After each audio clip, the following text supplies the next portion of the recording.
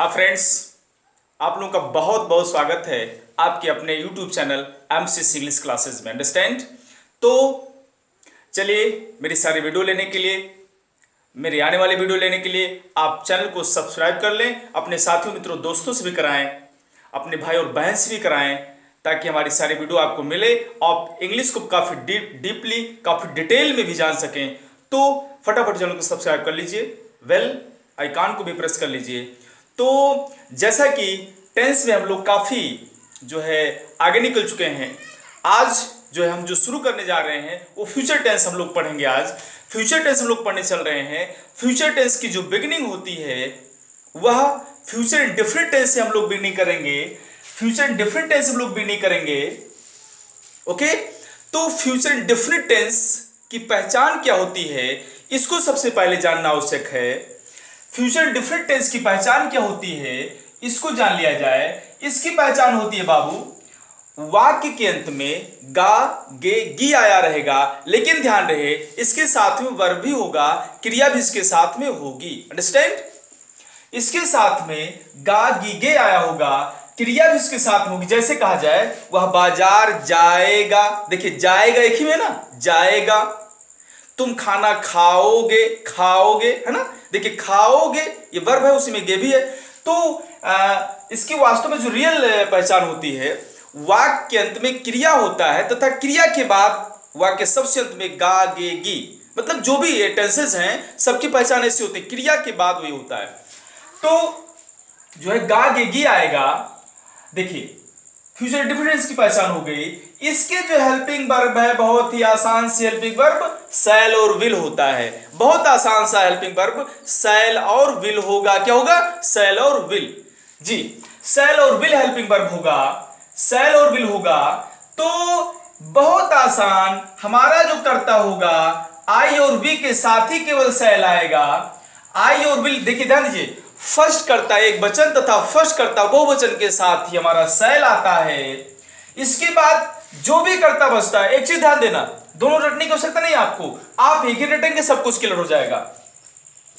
हमारा कर्ता आई तथा वी के साथ शैल आएगा, उसके बाद जो भी बचते हैं, आई और बी के बाद जो भी बचते हैं सबके साथ हमको विल लगा देना है।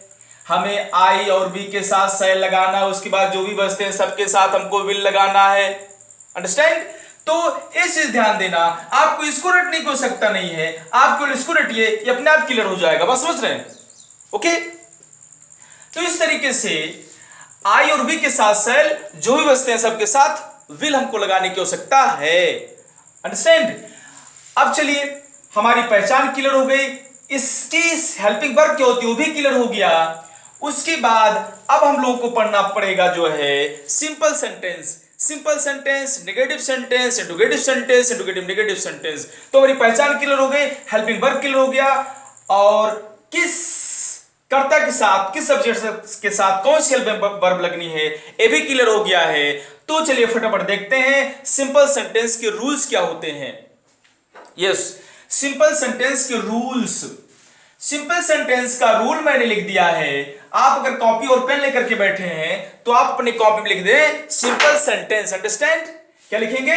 Simple sentence. S I M P L E S E N T E N C, simple sentence. ये इसका रूल है। सिंपल सेंटेंस का रूल यह है, subject plus shell will verb plus object. बहुत आसान, फिर से दिया, have attention please. Subject plus shell will plus verb plus object. Understand. बहुत आसान है, सब्जेक्ट रखेंगे, शैल विल में से रखेंगे, क्रिया रखेंगे, ऑब्जेक्ट कर्म रखेंगे। अंडरस्टैंड। इससे आसान और क्या आप लेना चाहते हैं भाई? तो कर्ता आपको रखना ही पड़ता है, वर्ब आप रखते ही थे, ऑब्जेक्ट रखते ही थे, हर एज में, हर एग्जाम्पल में आता है। तो इसमें एक नई चीज आया शैल विल, जिसको आप समझ चुके हैं। आई और बी अगर आप करता होता है तो शैल आएगा, इसके बाद कोई करता है तो विल आएगा। ओके, चलिए फटाफट एग्जाम्पल देख लेते हैं हम लोग फटाफट एग्जाम्पल देख लेते हैं। जैसे मैं कहूं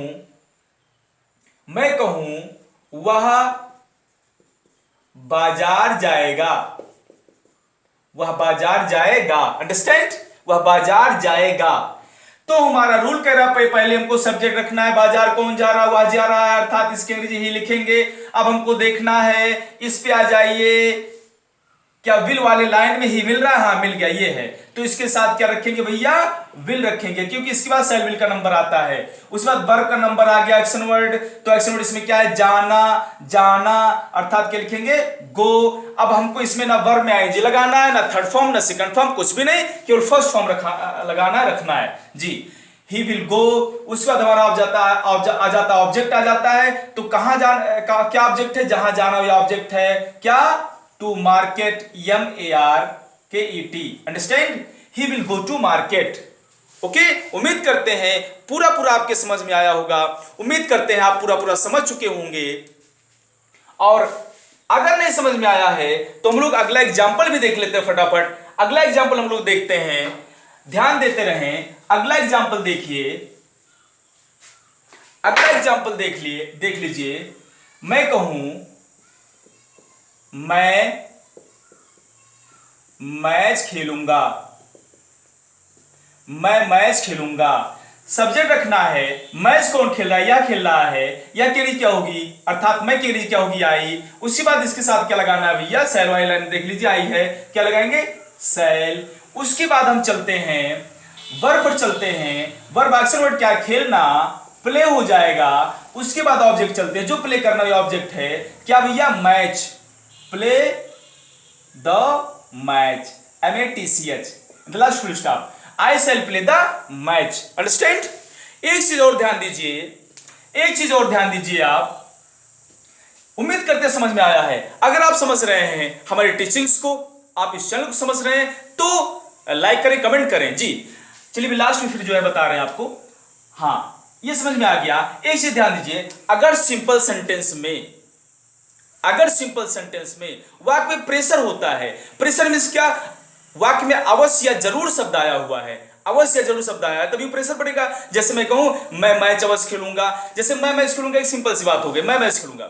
लेकिन इस चीज को अगर मैं कह दूं मैं मैच अवश्य खेलूंगा, तुम बाजार अवश्य जाओगे, वह भोजन अवश्य पकाएगी, तो इस तरीके से इसमें प्रेशर आ रहा है ना, प्रेशर आ रहा है। तो अगर भैया नोट में आप लिख लें, अगर नोट में आप लिखेंगे, अगर वाक्य में अवश्य या जरूर शब्द आता है, अर्थात वाक्य में दबाव दिया होता है, तो जिस कर्ता के साथ हम शैल लगाए हुए हैं उस कर्ता के साथ हमारा विल आ जाता है, और जिस कर्ता के साथ हम विल लगाए उस कर्ता के साथ हमारा शैल आ जाता है। क्या समझ में आया? अगर हमारे वाक्य में अवश्य या जरूर शब्द आया है, तो जिस कर्ता के साथ हमने शैल लगाया है उसके साथ हमारा विल आ जाता है। और इस स्थिति में अर्थात अवश्य शब्द आने पर जिस कर्ता के साथ हमने विल लगाया है उस कर्ता के साथ हमारा शैल आ जाता है। ध्यान दीजिएगा। तो फटाफट इसका भी एग्जाम्पल हम लोग देख लेते हैं। चलिए एग्जाम्पल देखते हैं इसका। मैं कहूं राधा भोजन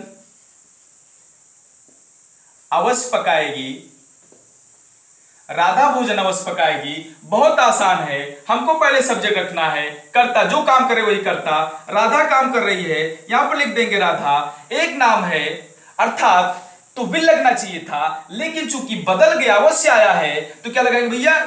शैल लगाएंगे, शैल लगा देंगे। उसके बाद हमारा वर्ब आ गया, एक्शन वर्ड आ गया, पकाना, क्या लिखेंगे? कुक, कुक हो गया। उसी बाद ऑब्जेक्ट आता है, जो कुक करना हुआ ऑब्जेक्ट है क्या? भोजन अर्थात फूड, फूड।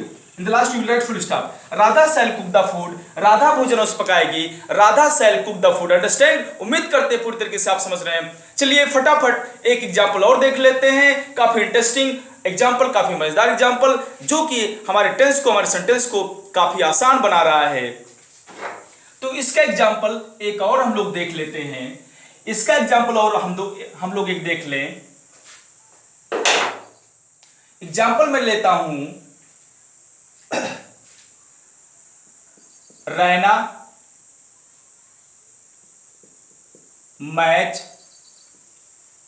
अवश्य खेलेगा, रैना मैच अवश्य खेलेगा। सब्जेक्ट हमारा होगा रैना, RAINA, रैना। एक नाम है, शैल हो जाएगा, चूंकि अवश्य शब्द आया है, शैल हो गया। वर्ब हो गया प्ले। उसके बाद हमारा ऑब्जेक्ट आ गया क्या भैया? Match. Raina shall play the match. Understand? एक एग्जाम्पल फटाफट हम लोग और देख ले रहे हैं। अगला एग्जाम्पल देखते रहिए, ध्यानपूर्वक आप देखें। मैं गाना अवश्य गाऊंगा, मैं गाना अवश्य गाऊंगा, मैं गाना अवश्य गाऊंगा। हमारा सब्जेक्ट होना चाहिए, पहले मैं सब्जेक्ट है अर्थात आई।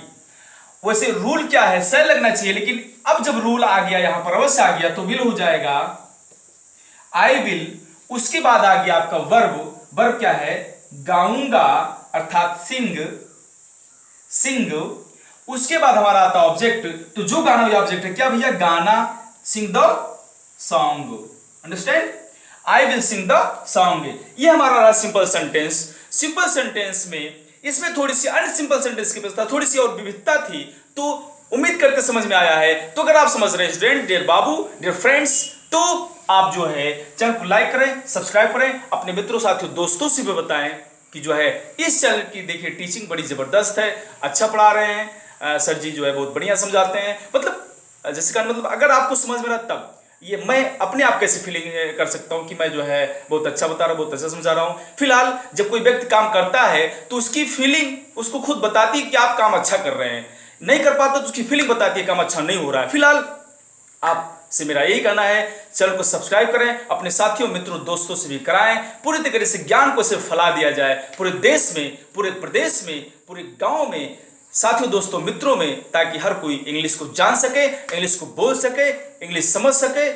तो फिर जो है हमारा देश महान होगा और हम काफ़ी आगे प्रगति कर सकते हैं, आगे जा सकते हैं। तो शेष बातें अगले वीडियो में होंगी, बातें कुछ होंगी, कुछ टीचिंग्स होंगी। So thank you, God bless and जय हिंद।